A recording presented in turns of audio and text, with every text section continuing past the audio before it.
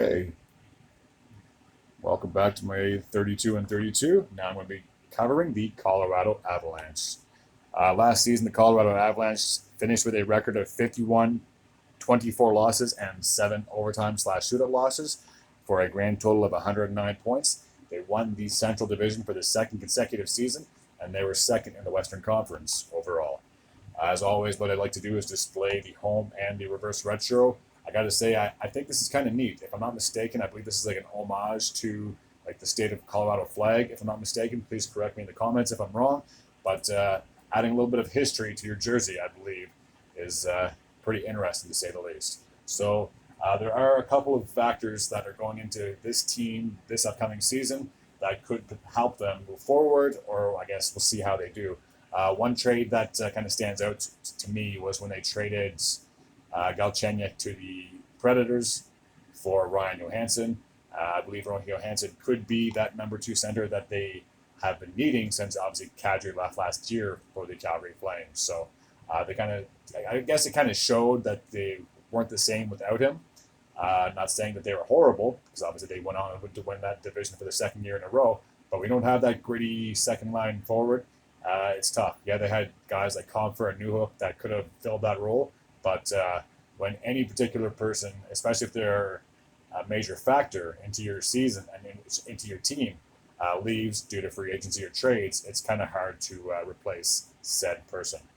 So I'm just going to go over a few of the signings that they have done so far, and then I'll get into the roster itself, and then by the end of the video, I'll make my prediction for this upcoming season. So they have signed Miles Wood to a 6-year contract with it. He's coming over from the New Jersey Devils. They brought in Jonathan Drouin on a 1-year contract as well. He's coming over from the Montreal Canadiens. And the biggest one, I think, is Ross Colton. He can pretty much fit into like a bottom 6 role. He could be your third-line center, fourth-line center, if it comes down to it. He's been brought over from the Tampa Bay Lightning on a 4-year deal. They have had a few other signings, but it's pretty much guys that are like AHL affiliates, 2-way contracts. So I'm not going to go over all of those type of signings. And yeah, I'll just continue on to the roster, and we'll take a look and see who is still there and who is a free agent or signed elsewhere. So we'll take a look at their goaltending tandem first. So they still have, hold on 1 second. There we go. So they have Alexander Georgiev. Finished his first stint with the Avalanche since being signed by the Rangers last offseason. He still has 2 more years left to go on his deal. And they have also Pavel Francouz, who is their backup goaltender. And that goaltending tandem is guaranteed to be together for this upcoming season. So now I'll take a look from alphabetical order-wise. Bowen Byram has re-signed on a 2-year deal. Yeah, on a 2-year contract with Colorado Avalanche. Andrew Cogliano has re-signed, I do apologize, on a 1-year deal with the Avs. JT Compher has now taken his talents to Detroit in the Motor City.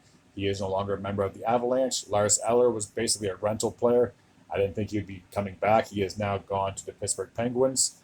Samuel Girard has 4 more years left to go on his contract.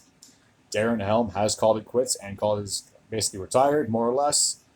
Brad Hunt still has 1 more year left to go on his contract. Eric Johnson.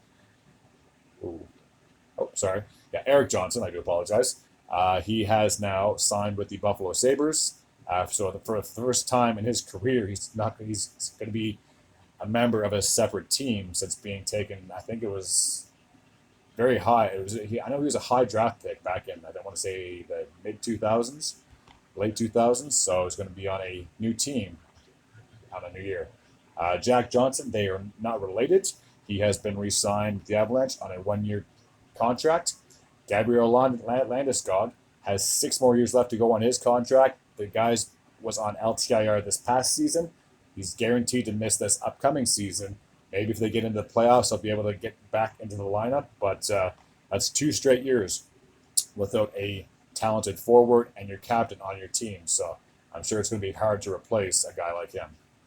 Arturi Lehkonen still has 4 more years left to go on his contract. Nathan McKinnon's contract did expire this past season, but he has re-signed on a 8-year, $12.6 million contract, so he's making bank, and he's sticking around the city of Denver. Cale Makar has 4 more years left to go on his contract. Dennis Malgin has signed, I believe, overseas with the Swiss National League, so he's taken he's heading to Europe, we'll put it that way. Josh Manson has 3 more years left to go on his deal. Ben Myers, I haven't seen anything on here, but I'm guessing maybe he re-signed or maybe he still has yet to re-sign. But there's nothing on the actual NHL website that says where he's at. Alex Newhook was traded to the Montreal Canadiens. Valerie Nichushkin has 7 more years left to go on his contract. Matt Nieto has signed with the Pittsburgh Penguins. Logan O'Connor has 2 more years left to go on his contract. Mikko Rantanen has 2 more years left to go on his deal. Evan Rodriguez has signed with the Florida Panthers. And Devin Tays has 1 more year left to go on his contract. So they do have a few expiring contracts this upcoming season, but I'm sure they're not too concerned about that. So now I'll just go back to the screen and pull up the Avalanche logo and make my prediction for this upcoming season. There we go. So I'll turn this sideways. There we are. So I believe for this upcoming year, before I get into that, I'll tell you. So last year, they got ousted, or this past year, they got ousted in the first round by the Seattle Kraken in 7 games. By far one of the biggest upsets in modern-day NHL history. A team that was only in their second year managed to knock off one of the better teams in the Western Conference. So I'm sure that took a lot of people by surprise, not just fans, but NHL experts as well. I guarantee when the playoffs first started, I don't think one single person would have predicted that the Kraken would have knocked the Avalanche out in 7 games, let alone win 3 or 4 games against said team.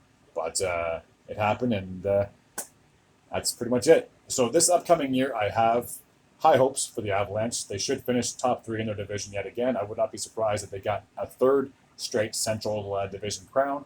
And I think that they've learned their lesson that you can't take any team lightly when it comes to the playoffs. Doesn't matter if they're only in their 2nd inaugural season or if they've been in the league for 40, 50 years. I truly believe when it comes to the playoffs, you don't take anyone and anything for granted, because if you do, obviously, you could be ousted in the first round of the playoffs. So high hopes for the Avalanche. I would not be surprised if they got back to like a conference final or a Stanley Cup final. They have a pretty decent team on paper, but it's a matter of can they all gel together. Injuries also play a factor as well, so we'll see what happens at the end of the 82nd game. Thank you all for tuning in, and until next time, take care.